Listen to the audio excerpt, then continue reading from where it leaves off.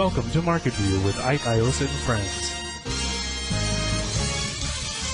This show that not only reveals and analyzes the inside story on today's market news, but also uncovers the areas where investors can make money right now. Market Views with... Good evening. Mike Iosa will be your host for Market View Guest. My very good friend Mr.Fred Meissner from the Fred Report. Hi Fred, how are you? I'm fine, Ike. How are you today? I'm doing well too, and Fred, today we're going to have a very interesting subject to talk about, because you happen to be an expert on the Great Depression, and what we're going to talk about is whether what is happening now could lead to another Great Depression. Sure. And what I'm going to do for everybody that's listening to the interview is I'm going to just talk about several key points, what happened then, what's different now, and then Ike and I will go into a discussion of this.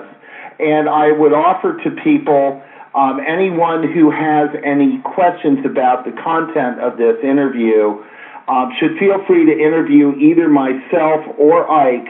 Me, I'm Fred at thefredreport.com, and I can certainly respond to you about and answer some questions if you have any, but it should be fairly clear. So, first of all, let's take a look at the 1920s America and how it differs from America now, and that will sort of give us a background to get started on the subject of the Depression and the differences. So, the first thing to remember was in the 1920s, America was a much more rural country with much less in the way of communication. Telephones were available, but in rural America were not widespread. The main way of receiving communication was newspapers, and newspapers were not delivered to houses.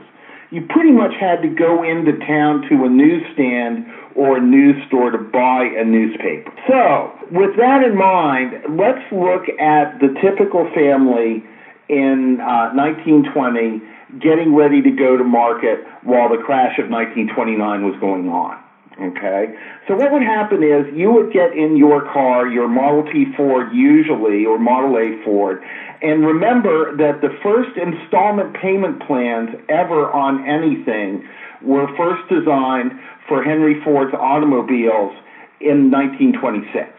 Okay, you couldn't buy anything on time before that. There was no such thing as a car payment, or even in many cases a house payment, until 1926. There was no commercial credit available. So anyway, what would happen is you would get in your Model T Ford and you would drive to the bank to get some money, because again, there was no commercial credit. If you went to the store, you did not have a MasterCard or a checkbook, you had cash on the barrel. So you would get into your car and go to the bank, and you would find that the bank was simply closed. Your bank was closed. And because there was no federal deposit insurance, your money was simply gone. In other words, you got in your car thinking you had $2,000 in the bank, and by the time you got out of looking at the bank, you realized that all the money you had was the money in your pocket. So that did three things to the economy in general. The first one is the money supply was hit. If money vaporizes, as it did then, there's no money supply. Second of all, the velocity of money, the amount of times money changes hands, was also hit, because if you only had the money in your pocket, the chances are you thought about whether you were going to go to the supermarket or not. You might very well have decided you weren't going to go to the market. And again, I said supermarket, that's a mistake. Back then, they did not have giant supermarkets. They had a meat store, a butcher, if you will, a bakery, and other stores that they would all go to. And of course, when you didn't show up to those stores, those businesses got hit and in many cases had to close. And it sort of went through a cycle where everything closed up. The other thing to remember that was very important was the broad market peaked in 1927, and the actual crash occurred in 1929.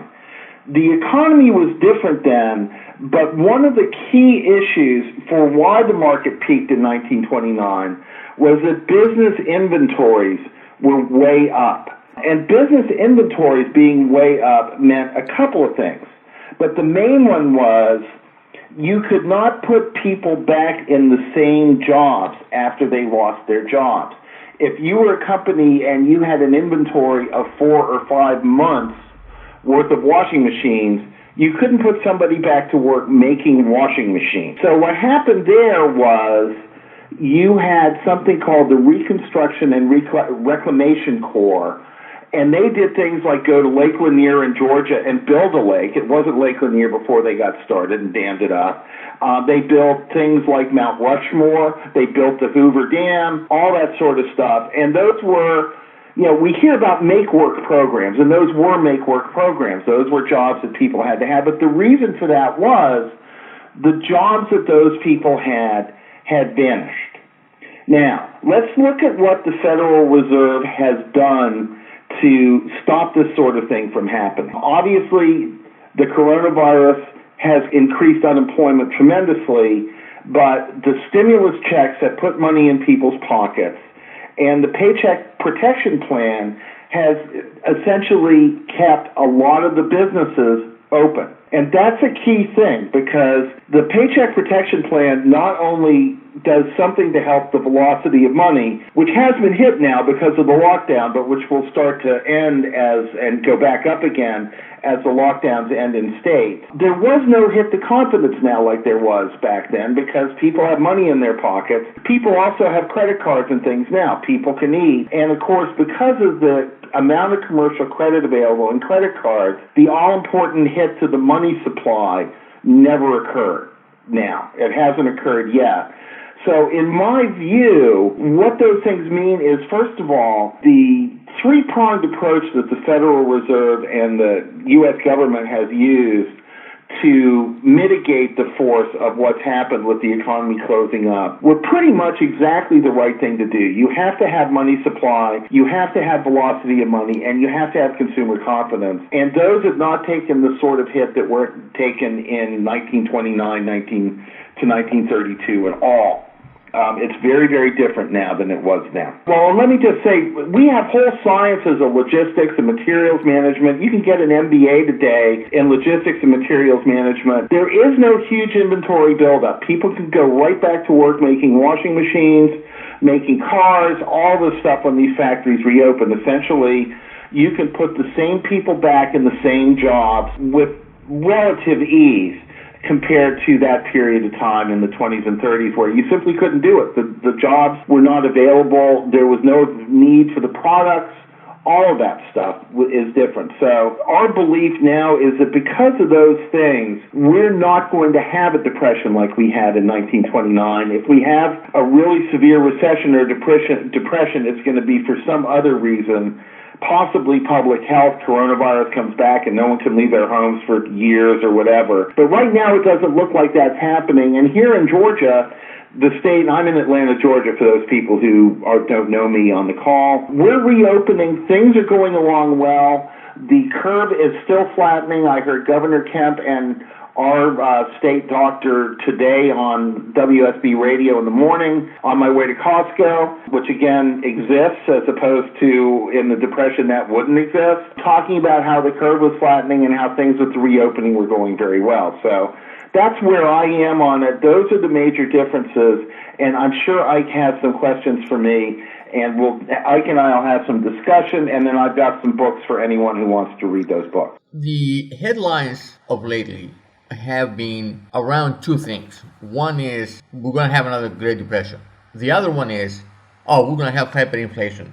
Do you have any thoughts on the second subject, hyperinflation? Absolutely. And in order to discuss that fully, let's look back at the financial crisis in 2008-2009. At the time, people were saying that the amount of money that the Federal Reserve and the government was injecting into the economy was going to cause inflation. And we all know, sitting here in 2020, that it did not. And a very good question, and a logical question would be, why didn't it cause inflation? And this is my answer to that. Basically, what the Federal Reserve and the government did in 2008, 2009 was they put all the money back into the economy that vaporized when the mortgages defaulted and the mortgage bonds went bust. And so the money supply took a hit back then, and the Fed put the money back in through its mechanisms, and there was no real change in the money supply at that time for that reason. Now, one of the things that people have pointed out to me here, Ike, is that M2 is way up this time, more up than it was in 2008, 2009. And so the real question there is, will this boost in M2 be inflationary? And I've got a couple of reasons why it probably will not be, or at least not to the extent of hyperinflation. The first one is a lot of the programs, like, for example, the accelerated unemployment that the government is paying here in this country, those funds may not all be used. As Georgia reopens and people goes back to work, they're not on unemployment. That $600 a week, they're not getting that. That's not being spent. So M2 will fall if that is not fully spent. Obviously, the dance that they're doing between injecting money and replacing money and so on is a fairly complex dance. But I think it's safe to say that even if they get it wrong a little bit, it's not going to be wrong to the extent that it could be wrong if people did not work and people did nothing. Fred, anything else you're going to add? Any other thoughts, observations about either of these two subjects? Well, I guess the only thing I can say is the unemployment in the 20s came about for solid economic reasons and not because of a disease. When you look at the market in 1927 and how it peaked, it had the standard footprints of a bear market, with the broad market and the advanced decline line peaking and then the blue chips peaking 2 years later.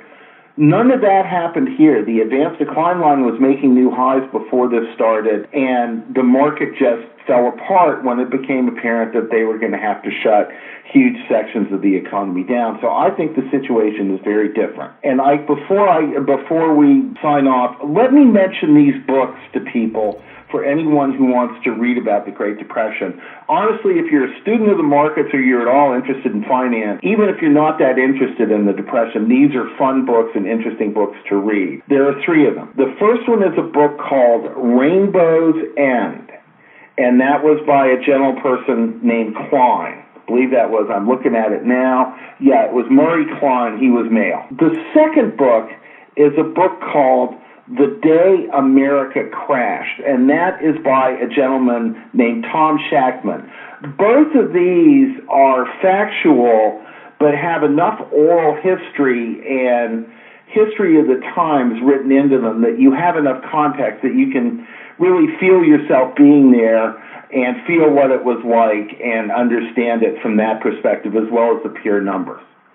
From a pure number standpoint and analysis of the economic effects of the Depression, John Kenneth Galbraith's book, The Great Crash, is a phenomenal book.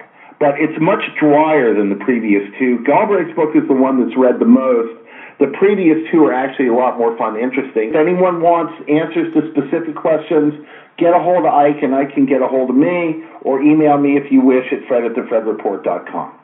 Fred, thank you. Great talking to you. Thank you, Ike, and I hope this helps people. And you too in there too.